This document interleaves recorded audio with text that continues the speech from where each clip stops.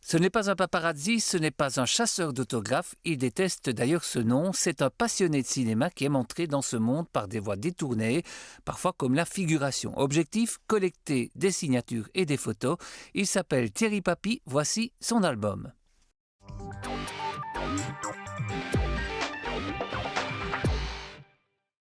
Bonjour Thierry Papy, bienvenue dans l'album. Aujourd'hui, c'est un passionné de cinéma que nous recevons. Alors, on va voir parce que votre manière d'entrer justement dans ce monde est assez particulière, avec plusieurs facettes. Mais cette passion du cinéma, elle date de quand? Je pense depuis toujours. Je suis un acharné de cinéma. Justement, depuis tout petit, j'ai été amené à aller très tôt au cinéma, à regarder des films, même pas spécialement de mon âge, donc des vieux westerns, des vieux Bogart, comme ça, très tôt. Et ça m'a de suite fasciné. Mais quand vous dites j'ai été au cinéma, il y a quand même quelqu'un qui vous y a amené, non? C'est sûr, ça vient de mon père. C'est lui qui était vraiment passionné justement de ces vieux westerns, ces vieux films noirs comme ça, des années d'avant-guerre. Et je regardais ça avec lui, en jouant même. Mais je regardais, ça m'intriguait et c'est devenu une vraie passion. Il y a des films qui vous ont alors marqué ou des acteurs. Quel film de cette époque justement? Le Faucon Maltais, Ah oui. Humphrey Bogart, c'était... J'ai regardé ça au départ avec un certain recul d'enfant, sans vraiment...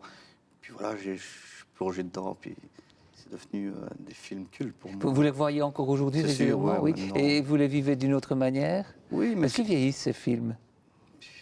Oui et non. Ou ils vieillissent bien, on peut peut-être dire ça. Oui, vraiment ça. Maintenant, moi j'ai le regard d'amateur. Je regarde ça parce que je sais que c'est formidable. Maintenant, quand je mets ça à mes filles, il n'y a pas cette magie, il n'y a peut-être pas encore maintenant. Mais je pense que la nouvelle génération n'accroche plus à ce cinéma. Et c'est dommage. Maintenant, les jeux d'acteurs ont considérablement évolué. Et quand on voit Humphrey Bogart, justement, le jeu d'acteur qu'il avait à l'époque, c'était beaucoup plus théâtralisé, beaucoup plus posé. Justement, le Faucon Maltais, moi, ça m'a fait rire. La première fois que j'ai vu ça, il y a des scènes où il est vraiment... C'est incroyable. Il a des mimiques, c'est un acteur fabuleux. C'est ça. C'est génial. Et vos acteurs préférés, quels sont-ils? Il y en a énormément en tant que passionné, mais j'adore John Wayne. John Wayne, d'accord. Ouais, tout ce qu'il a fait, tous ces vieux westerns, là, ça restera pour moi du grand cinéma. Alors, vous le disiez, c'était votre papa qui vous emmenait quand vous étiez petit au cinéma. Vous avez décidé d'ouvrir cet album par une photo de votre père qui a disparu en 2002, c'est bien ça? C'est ça, ouais. Alors, ce choix de la photo pour ouvrir cet album, c'est parce que sa disparition, on le comprend bien évidemment, c'est un événement majeur dans votre vie, mais c'est aussi un déclencheur. Est-ce qu'on peut dire ça? C'est vraiment ça. En fait, c'est lui qui m'a donné cette envie de regarder tous ces films. Et à son départ, je me suis rendu compte que finalement, lui n'avait pas pu aller au bout de ses rêves. Il n'a pas été au bout de sa pension. Il avait toujours l'envie, peut-être plus tard, de voyager, de faire... Et je me suis dit, voilà, moi, je ne peux pas avoir sa trajectoire. Il faut que je vive vraiment mes rêves. Et mes rêves, justement, c'était Je suis un passionné de cinéma, collectionneur d'autographes. Et ma collection s'est vraiment accentuée à son départ. J'ai vraiment été au bout de ce que je voulais. Comment devient-on un collectionneur d'autographes? Au début, c'est le hasard, et puis on se dit, je vais en faire une activité plus régulière. Au début, donc, mon premier autographe, ça s'est fait dans le milieu du sport, donc du football. Je jouais au CS Verviers, en équipe d'âge. Et il y a eu un match Serein FC Liège qui était à l'époque une très bonne équipe de Division 1. Là, j'ai vu débarquer tous ces joueurs et des gens qui couraient pour avoir des signatures. Je n'avais jamais demandé quoi que ce soit. Puis je me suis pris au jeu, j'ai demandé un bout de serviette sur le comptoir du Panorama et j'ai été. Et puis c'était un trophée, quoi. Ça m'a vraiment amusé dans un premier temps. Puis je me suis dit, waouh, j'ai approché, j'étais avec le Centre Avant de Liège, voilà. Chasseur d'autographes, c'est un métier, on peut dire, est-ce que ça peut devenir un métier? Déjà, le terme chasseur, je n'aime pas dans le milieu, c'est vraiment un truc. D'accord. Je On va chasse dire personne. que- Moi, je suis vraiment un Non, collectionneur. voilà, on parlait que Mais c'est vrai d'autographes. que Oui. les journalistes, la presse, tout, on nous appelle les chasseurs, mais les attachés de presse, on est des chasseurs. Voilà, moi, je ne chasse personne, je n'embête personne. Alors justement, c'est quoi votre technique? Justement, le respect est très discret. J'essaye d'être discret et de respecter les gens. Et je crois que c'est avec ces deux mots-là, on arrive à tout. J'arrive à rentrer plus ou moins partout, à me faire connaître un peu partout et à faire en sorte que je sois accepté dans divers milieux où je n'ai pas spécialement ma place. La collecte d'autographes, c'est aussi le fruit à certains moments du hasard, ou bien tout est programmé? Au départ de ma collection, oui, maintenant, non.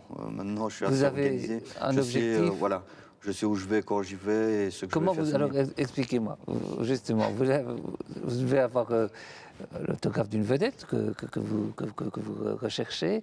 Ça se passe comment, votre journée? Vous préparez ça? Et le jour même, ça se passe comment? Maintenant, c'est beaucoup plus facile qu'avant, parce que maintenant, avec les réseaux sociaux, on a les informations qui tombent. Oui, donc déjà, vous Voilà. savez où ils sont. Je sais où ils sont, je sais où ils habitent, je sais quoi, leur emploi du temps, ça va très vite avec Internet. Avant, c'était une autre paire de manches. Donc très jeune, moi, mais vraiment très jeune, vers 10 ans, j'écrivais déjà aux vedettes. Donc on n'avait pas encore Internet, donc j'écrivais même des fois par exemple au magazine Première pour avoir des adresses d'acteurs. Et voilà, à 12 ans, Spielberg m'envoyait une lettre à Noël. Enfin, Ce fameux cadeau, c'était un truc, dis donc. j'étais tout fou, je sautais partout chez moi, Spielberg. C'est sûr que c'était son attaché de presse qui avait fait une lettre pré-imprimée, mais il y avait sa signature, et voilà, pour moi, c'était seulement mon père qui me disait, mais voilà, c'est fou, quoi. D'accord. Moi, ça me faisait rêver, lui, ça me faisait rire, et voilà. Quoi, Alors, quelle est justement l'histoire peut-être la plus rocambolesque, parce que j'imagine parfois que ça doit être très truculent, il doit y avoir un côté très inhabituel. Quel est le souvenir le plus marquant, peut-être le plus drôle ou le plus étonnant dans cette collecte d'autographes?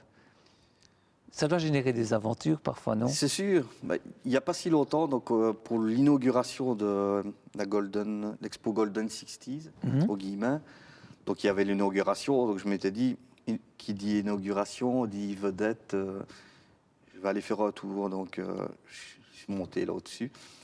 Et je me suis très vite rendu compte qu'il allait y avoir le roi Albert et Paola qui allaient arriver, donc il y avait la sécurité un peu partout. Je me dis, ah, et justement, cette fois-là, je ne l'ai pas joué discret, donc j'avais mon Canon qui était posé devant moi.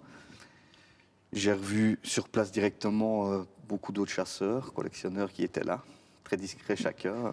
Puis on avançait dans le temps et que le roi allait arriver, puis la sécurité était forte. Donc mes amis et collègues se faisaient un peu rembarrer et descendre, et moi je continuais. Puis au moment là, on était à deux. Il y a la sécurité qui vient sur moi, qui me dit... il me demande mon accréditation et compagnie, donc je fais mon air intelligent. Je ne dis rien. Et là, il me dit ah, vous êtes portugais? Je ne dis toujours rien. Alors, il s'énerve, puis il me dit ah, ces portugais ne comprennent rien. Le roi va arriver. Restez sur le côté. Donc, il m'a laissé dans la section VIP. Je me suis retrouvé avec Paola, le roi, et compagnie.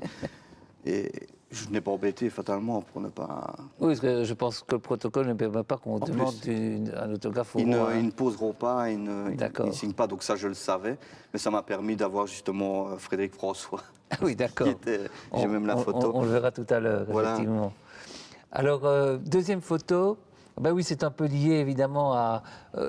quand on dit cinéma, on pense évidemment aux États-Unis, c'est un des grands pays du cinéma. Et donc, double passion chez vous, le cinéma et puis les États-Unis. On vous voit là sur une photo, vous avez 18 ans? Oui, c'est ça. Ah, vous partiez aux États-Unis comme ça sur... Ben, c'est via ma prof d'anglais qui avait des connaissances, c'était les Amis de la Louisiane. C'était un groupe de passionnés qui organisaient des voyages comme ça pour les États-Unis. Et dans le cadre de mon cours d'anglais, elle avait proposé à certains élèves qui ont souhaité de partir comme ça. Et je suis parti. Beverly Hills. C'est ça. Donc là, j'ai fait les studios Universal, fait le rêve, quoi, tout seul. Je suis un peu parti comme ça. J'étais sur un motel, sur une grande route comme dans les films. Et on venait me chercher, là, et j'allais c'était la folie. Ça m'a marqué parce que, voilà, encore une fois, je m'étais toujours dit, bah, je retournerai en famille, notamment avec mon père et compagnie plus tard. Ça ne s'est jamais fait. Je n'y suis plus retourné. J'y retournerai sans doute un jour avec mes enfants pour faire découvrir ce milieu, cet univers assez spécial. Alors, il y a aussi, dans cette passion du cinéma, la figuration. C'est évidemment une manière intelligente de s'introduire sur les plateaux Voilà. où l'on tourne. C'était ça l'idée ou bien Pas parce du que tout. figurer, c'est quand même aussi une belle aventure. C'est sûr. En fait, c'était vraiment du hasard. Donc, la première fois que j'ai fait de la figure, c'était au Grand Théâtre de Verviers pour un film, je ne me souviens plus le nom, Angel, de François Ozon. Ah oui. Donc, une annonce dans la quinzaine, on recherche 100 figurants au Grand Théâtre de Verviers. Je me dis, c'est l'occasion. François Ozon, c'est quand même un réalisateur qui démarrait bien en France. Je me dis, je vais aller jeter un œil et m'inscrire. Finalement, boum, le lendemain, on me téléphone, t'es pris, essayage de costume. Et puis ça m'a plu, l'envers du décor. Et encore une fois, je ne fais pas la figuration pour devenir acteur. Ça n'a jamais été... C'est ça, c'est pour être dans ce milieu. Voilà. Alors, un bon figurant doit être patient, hein, c'est ça? Ça, c'est sûr. C'est des heures d'attente. Mais justement, ça te permet de voir l'envers du décor, regarder tout ce qui se passe et voir que c'est un métier. Acteur, c'est pas venir dire sa tirade et c'est fini et puis récolter le fruit. Non, c'est vraiment un métier. Et c'est là que on voit tout le travail, tout ce qu'il y a derrière ces films, et c'est génial. Ça m'a vraiment plu, ça. Alors, une autre photo de figuration, la voici. Ouais. Donc ça, c'est sur le tournage de La Promesse de Monsieur Lecomte. Donc là, c'était un peu plus original parce que j'étais déguisé, une moustache. C'était un film d'époque. Donc ça reste un super souvenir. Et Patrice Lecomte, c'était vraiment une super rencontre parce que c'est un réalisateur qui, justement, ne prend pas des figurants pour... il les met au même titre que les acteurs. Ah oui.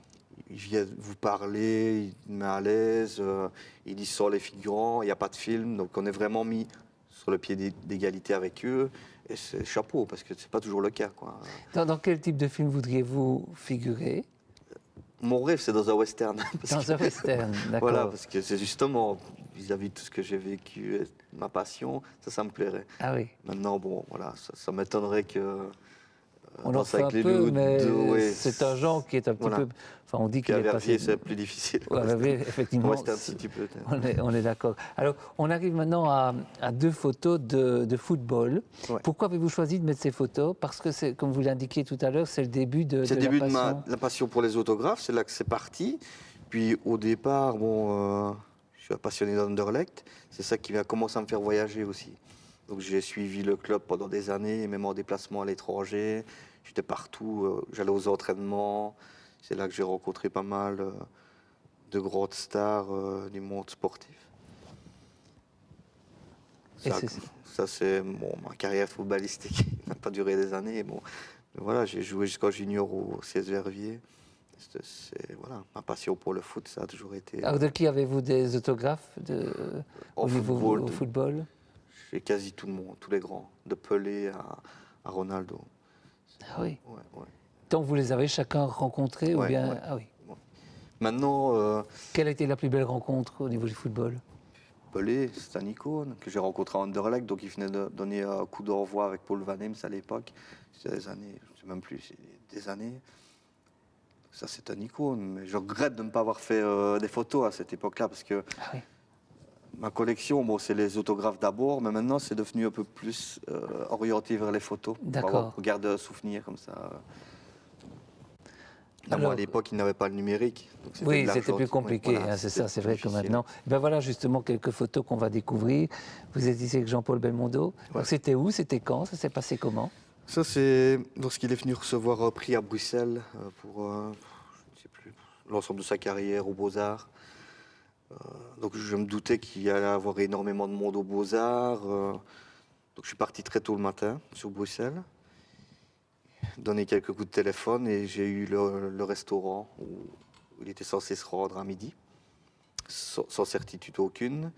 Et une fois que je suis arrivé devant le restaurant, il y a sa sécurité qui était à l'extérieur, qui m'ont évidemment reconnu, puisque c'est généralement les mêmes qui... Vous commencez à être connu dans le milieu. Voilà.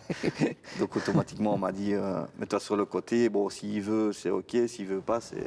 C'est ça. Mais bon, encore une fois, ils me connaissent et ils savent que je respecte. Donc ils ne m'ont pas trop embêté. J'ai attendu, je le voyais dans le restaurant. Donc j'étais une rue sur le côté. Quand il est sorti, j'ai été simplement lui demander pour faire une photo qu'il a acceptée. Puis alors, ça a été la cohue. Les gens ont vu Bébel. Ils ont dû le faire rentrer quasi de force dans la voiture. C'était... D'accord. Alors, quand vous rencontrez une vedette comme ça se passe comment? Donc, c'est simplement demander l'autographe. Il y a quand même parfois un contact, une petite discussion. Vous parlez de quoi? Moi, généralement, je demande des anecdotes sur les tournages, des histoires comme ça. Ça devient difficile maintenant d'avoir des contacts plus longs avec. C'est plus comme avant. Il y a 20 ans, bon, on rencontrait des gens comme Rochefort, Jean Rochefort. Je suis resté presque 20 minutes avec lui à discuter de cinéma, vraiment. Parce que c'est des gens passionnés, ils racontent des anecdotes, ils racontent leurs rencontres. C'est génial de pouvoir redécouvrir des films avec la personne en plus. Maintenant, bon, justement, avec le système des réseaux sociaux, il y a beaucoup plus de collectionneurs, de groupies, et on se retrouve à 20, 30, et alors il y a plus Oui, c'est plus ce à contact, c'est à la chaîne. Bon, chaîne. c'est ça qui me fait un peu freiner pour le moment. Alors, une autre photo, la voici.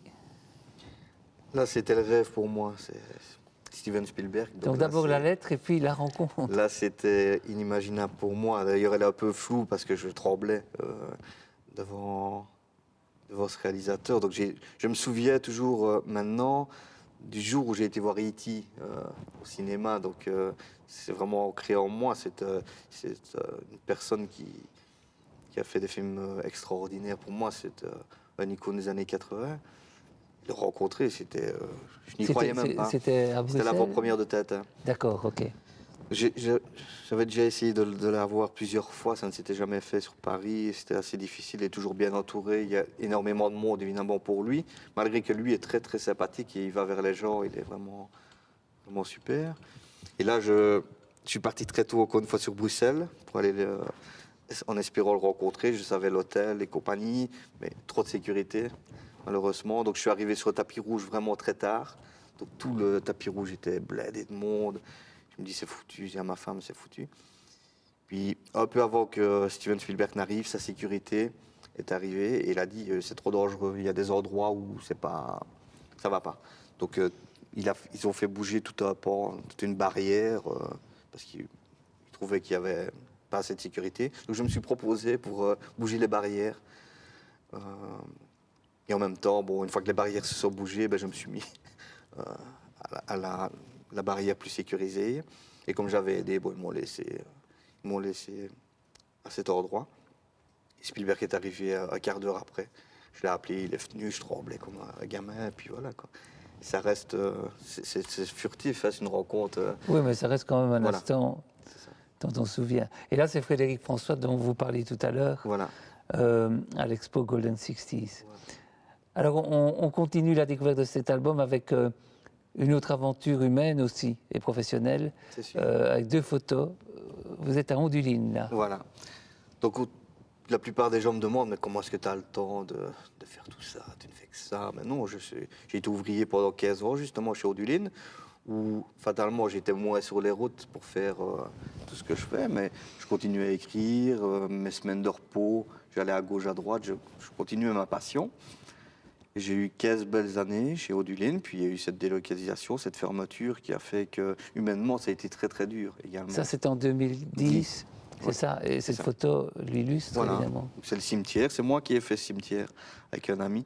On a eu cette idée-là. On vit comment la fermeture de son entreprise? Très difficile, c'est très difficile. Parce que c'était vraiment une famille finalement. C'est une vie dans une vie, ouvrier, c'est ça. On est là, plus qu'on travaillait, on faisait 21 jours non-stop, c'était des feux continus. Donc on faisait 6 jours, 7 jours 6-2, 7 jours de 10, 7 jours nuit, 7 jours repos. Donc on était constamment là-bas. Donc ça a été très difficile. Et surtout l'appréhension de l'après. Qu'est-ce qu'on va faire?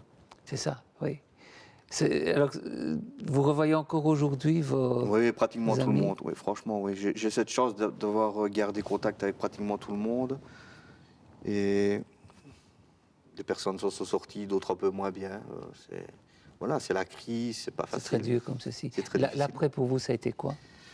Directement, après la fermeture, j'avais ce rêve de continuer dans ce que j'aime. Donc je me suis dit, il faut que je replonge dans mes... J'ai fait des études d'art, en photographie, et je me suis dit, voilà, il faut que je me relance là-dedans, soit de faire une formation, soit... Je ne savais pas trop. Puis m'est venue cette idée, un peu folle, de créer des yearbooks. Donc ce sont des livres scolaires, comme on voit encore une fois, cet esprit États-Unis. Donc c'est les livres scolaires où on voit tous les élèves qui sont rassemblés dans un livre. Et je me suis dit, pourquoi pas aller proposer ça aux écoles. Donc c'était un peu farfelu comme idée. Je me suis dit, même ma famille me dit, t'es sûr? Voilà. Je me suis inscrit dans une coopérative d'activité. Donc ça me permettait de garder mon chômage tout en travaillant. Et j'ai lancé l'idée qui a directement été bien accueillie par la coopérative d'activité. J'ai signé directement un contrat d'1 an avec eux pour pouvoir lancer cette histoire. Puis ça a été pas facile parce que bon, rentrer dans les écoles comme ça, un petit nouveau qui débarque, il y a déjà beaucoup de photographes qui travaillent, donc ils ont des contrats de 3 ans avec les écoles, enfin, c'était tout un truc. Donc j'ai breveté alors l'idée. J'ai breveté cette idée-là et puis je me suis dit il faut autre chose pour le temps de mettre en place. Puis cette idée de souvenir, ça me turlupinait comme ça. Je me suis dit pourquoi pas vendre du rêve, vendre ce que je fais finalement. Et comme j'ai beaucoup voyagé, beaucoup collectionné et compagnie, je me suis dit la boutique du souvenir, voilà, Impact Souvenir. Et j'ai ouvert alors un e-commerce avec des objets, des affiches de cinéma des années 40 que j'ai racheté des milliers d'affiches au cinéma galerie à la fermeture. Et voilà, et maintenant je vends tous les objets du passé, souvent de seconde main, via le net et essentiellement à l'étranger. D'accord. C'est des trucs, donc on vient dans ma boutique et alors là les gens comme moi, les rêveurs un peu comme moi, viennent retrouver leurs jouets des années 80, leur affiche qui les a fait rêver de voir les cinémas. Et ça me fait vivre le temps d'avancer dans d'autres projets, voilà. Vous êtes heureux dans votre nouvelle profession? Franchement, très, Oui. très heureux. Je n'aurais pas pu rêver mieux comme reconversion. Maintenant, c'est vrai que je ne suis pas millionnaire, c'est une autre vie. Et ça me permet de vivre de ma passion, ça c'est l'essentiel. Effectivement. Alors, la passion, elle se prolonge encore, je dirais d'une certaine manière, dans ce livre que vous prendrez avec vous sur l'île déserte. Ça s'appelle « Avant d'aller dormir chez vous ». Donc, visiblement, on parle de voyage, hein, la photo de couverture le montre aussi. Parlez-moi de ce livre-là. C'est la vie d'Antoine de Maximi. Donc, c'est un journaliste, un reporter il a une émission très connue à la TV qui s'appelle « J'irai dormir chez vous ». Donc, il part avec rien, avec une caméra sur sac à dos. Et il part dans un pays, il visite le pays et il se fait inviter chez les gens, sans un franc. Et c'est un truc que j'aurais aimé faire finalement, voyager. Si je n'avais pas eu une vie de famille, ou je ne regrette absolument pas ma vie. Et j'aime comme je... Mais si j'avais été célibataire, c'est un truc que j'aurais... il me fait rêver, parce qu'il est culotté, il a tout. Il filme, c'est formidable. J'ai eu l'occasion de le rencontrer, j'ai fait signer le bouquin. Oui, il est dédicacé, je vois bien, oui. Et j'ai eu l'occasion de parler, même technique de sa caméra, parce que ça m'intriguait, les petites caméras qui se filment tout en filmant. C'est génial, c'est tout. Il me fait rêver, ce gars-là. Voilà. Alors pour terminer l'émission, il y a une autre tradition, c'est celle du jeu de cartes. Vous avez choisi 2 cartes, mélangez un petit peu, hein, comme ça. Ouais. Et puis vous choisissez 2 cartes et puis vous répondez aux 2 questions. Ce sera un peu la conclusion de cet album.